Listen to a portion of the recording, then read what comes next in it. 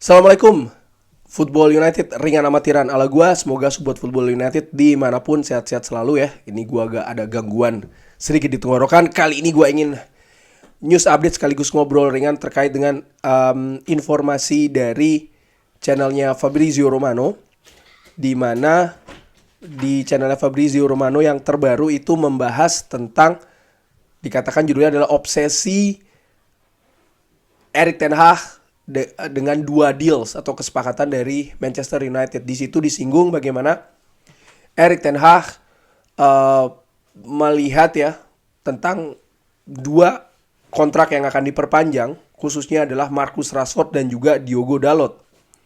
Seperti gue informasikan sebelumnya dan dari ya artikel yang gue dapat juga ya waktu itu kalau tidak salah dari The Athletic dan juga dari sumber-sumber yang lain, kalau Manchester United ini memutuskan akan men-trigger, mengaktifkan ya opsi 1 tahun perpanjangan bagi Marcus Rashford, Diogo Dalot dan juga beberapa pemain lainnya. Artinya apa? Artinya secara otomatis kesepakatan kontrak sebelumnya, gaji, bonus dan lain-lain ini diperpanjang lagi 1 tahun. Berarti sampai 2024. Tapi diinformasikan kalau untuk Marcus Rashford dan juga Diogo Dalot, Manchester United tidak berhenti di situ. Tidak berhenti mengaktifkan perpanjangan 1 tahun, tapi juga Manchester United ingin memperpanjang kontraknya lebih panjang lagi nih, menyiapkan kontrak lebih panjang lagi untuk Marcus Rashford dan juga Diogo Dalot. Khusus untuk Marcus Rashford, Fabrizio Romano mengatakan kalau Manchester United ini melihat Marcus Rashford atau Erik ten Hag ya, melihat Marcus Rashford ini adalah bagian dari proyek jangka panjangnya dia bersama dengan Manchester United. Seperti sering dikatakan kalau Erik ten Hag di Manchester United ini proyeknya atau hal yang akan dilakukan prosesnya ini tidak jangka pendek maupun jangka menengah, tapi jangka panjang. Dan itu sudah dikatakan dari awal, disampaikan dari awal bagaimana dia akan mendapatkan support, akan mendapatkan waktu, tapi dia juga harus tetap memberikan hasil. Untuk Marcus Rashford sekali lagi, Erik ten Hag suka dengan Marcus Rashford ya, secara individu maupun juga secara teknis, sehingga Erik ten Hag ini mendorong manajemen Manchester United untuk segera diberikan kontrak jangka panjang. Sekali lagi, jadi kontrak otomatisnya ini diaktifkan dan juga akan diperpanjang. Ini bisa saja gaji yang akan diterima oleh Marcus Rashford, ini akan lebih tinggi lagi. Ini penting, kenapa? Karena Marcus Rashford ini juga terus diincar oleh tim-tim besar Eropa. Fabrizio Romano mengatakan demikian. Tim-tim besar Eropa terus memonitor kondisi dari Marcus Rashford. Mereka juga mengetahui kalau Marcus Rashford di-trigger, opsi 1 tahunnya diperpanjang, artinya sampai dengan 2024. Nah, mereka juga siap nih menunggu bagaimana update progresnya. Apakah akan selesai di 2024 atau seperti apa? Karena sekali lagi, talenta sebesar Marcus Rashford ini juga diinginkan oleh banyak klub di Eropa. Pemilik dari PSG sudah mengatakan demikian ya. Dan juga Marcus Rashford sempat dihubungkan dengan klub lain seperti Barcelona. Artinya, dan kalau seandainya itu memang betul kabar Marcus Rashford, katakanlah kontraknya tidak diperpanjang, gue yakin pasti akan banyak klub besar Eropa yang juga akan berusaha untuk mendapatkan Marcus Rashford. Dan Erik ten Hag tidak menginginkan hal itu terjadi.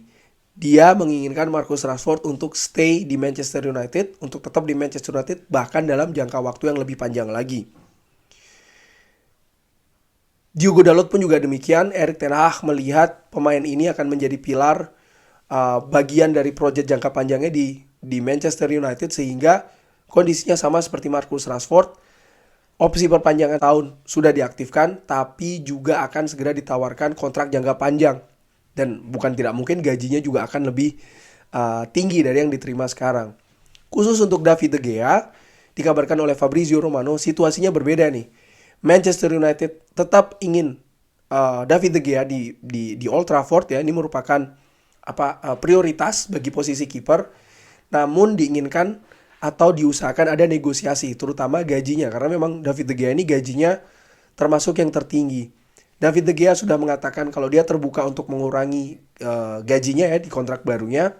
Jadi sekarang ini sedang sedang diproses, sedang dinegosiasikan, sedang dibicarakan. Walaupun demikian, Manchester United ini juga secara konstan memonitor kiper-kiper lain di Eropa. Kiper FC Porto disebutkan Diogo Costa itu disebutkan oleh Fabrizio Romano kalau memang secara konstan juga selalu diperhatikan ya oleh Manchester United. Kiper muda Portugal ini tentu saja juga Diogo Costa berada di Qatar. Ada release clause 70-75 juta. Intinya Manchester United terus memonitor, tapi saat ini belum memprioritaskan kiper lain selain David De Gea. Lalu juga ada selain itu ya, gue juga ingin memberikan update tentang Cody Gakpo. Fabrizio Romano juga memberikan update tentang Cody Gakpo, terutama diambil dari bagaimana konferensi pers terakhir Erik ten Hag ketika ditanyakan tentang Cody Gakpo. Ada banyak pemain di World Cup dan juga dengan senyuman yang sangat besar ya tentang ketika ditanyakan tentang bagaimana Ruud van Nistelrooy yang mengatakan ada waktunya di dalam sepak bola Anda tidak bisa mengatakan tidak. Ini terkait dengan Cody Gakpo. Walaupun Erik ten Hag menjawabnya ya itu bisa saja dengan pemain lain pun juga demikian. Tapi nampak terlihat wajahnya terlihat sumringah ya. Ini diartikan ada hal positif nih. Bahkan dari sumber lain, dari Center Devils, ini mengatakan kalau kemungkinan Cody Gakpo ke Manchester United bulan depan ini merupakan kemungkinan yang nyata. PSV menginginkan 50 juta pounds dan Manchester United ini masih berusaha untuk menurunkan tawaran. Jadi struktur dari kesepakatan ini sangat penting karena tentu saja ada add-ons dan juga adds-on dan lain-lain. Di samping itu dari harian Mirror dikabarkan kalau Manchester United ini memimpin perburuan dari Cody Gakpo. Kesepakatan kontrak antara sang pemain ya dengan klub ini tidak ada masalah, dikatakan demikian karena sudah terjalin di musim panas kemarin di bulan Agustus walaupun dealnya tidak terjadi. Bahkan dikabarkan juga kalau Manchester United ini sudah memulai pembicaraan dengan PSV Eindhoven untuk mendatangkan Cody Gakpo. Ya biayanya kurang lebih sekitar 50 juta pounds. Itu yang dipersiapkan. Manchester United sangat ingin supaya deal dari Cody Gakpo ini selesai. Bahkan hari Selasa kemarin itu sudah ada berita demikian. Ini dari Mirror, dari Alex Krug kalau tidak salah. Dan bahkan sang pemain ini sudah sepakat tentang gajinya. Dan tidak, kecuali kalau ada hal yang sangat dramatis yang terjadi, nampaknya Manchester United ini akan semakin dekat untuk bisa mengamankan Cody Gakpo. Lalu ada juga akun Twitter Give Me Sport ini memberikan rangkuman ya tentang Cody Gakpo. Jadi Cody Gakpo ini turut serta di 30 gol PSV di 24 pertandingan. Artinya baik itu berupa assist maupun juga gol. Ini luar biasa, dari 24 pertandingan 30 gol itu ada kontribusi dari Cody Gakpo, baik itu assist maupun juga gol.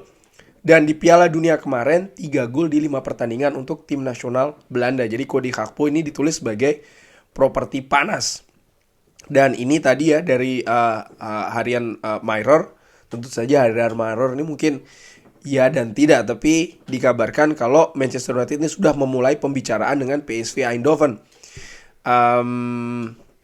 Karena juga disebutkan di situ ada kondisi kemungkinan ya, ada kemungkinan permasalahan finansial dengan PSV Eindhoven sehingga PSV Eindhoven nampaknya ini terdesak sehingga harus melepas Cody Gakpo atau menjual Cody Gakpo di bulan Januari nanti untuk menghindari permasalahan finansial tersebut.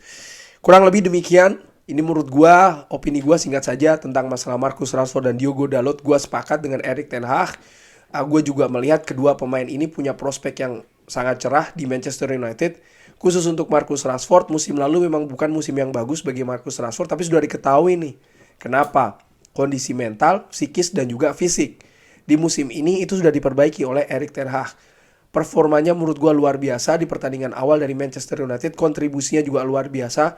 Pemain ini bermain juga dengan fleksibel, bisa di kanan, bisa di depan, bisa di kiri, memberikan banyak opsi bagi Erik ten Hag ya untuk membangun strategi. Diogo Dalot menurut gue jelas musim ini merupakan pilar di posisi bek kanan. Perkembangannya juga terlihat bagus dari musim-musim sebelumnya, sehingga sangat wajar kalau ingin diamankan dengan jangka yang lebih panjang lagi di Manchester United. Dan untuk Cody Gakpo, semakin lama semakin dekat. Kita lihat saja mampukah manajemen Manchester United mengamankan sang pemain di bulan Januari. Ya, gua sih berharap siapapun itu harus ada yang datang ya, penyerang baru untuk Manchester United, karena kita butuh kualitas, kita butuh kedalaman skuad khususnya di lini depan. Kurang lebih demikian. Sekarang gue ingin mengetahui bagaimana pendapat dari Sobat Football United. Drop di kolom komen seperti biasa. Terima kasih sudah menyaksikan. Jangan lupa like, subscribe. Assalamualaikum warahmatullahi wabarakatuh.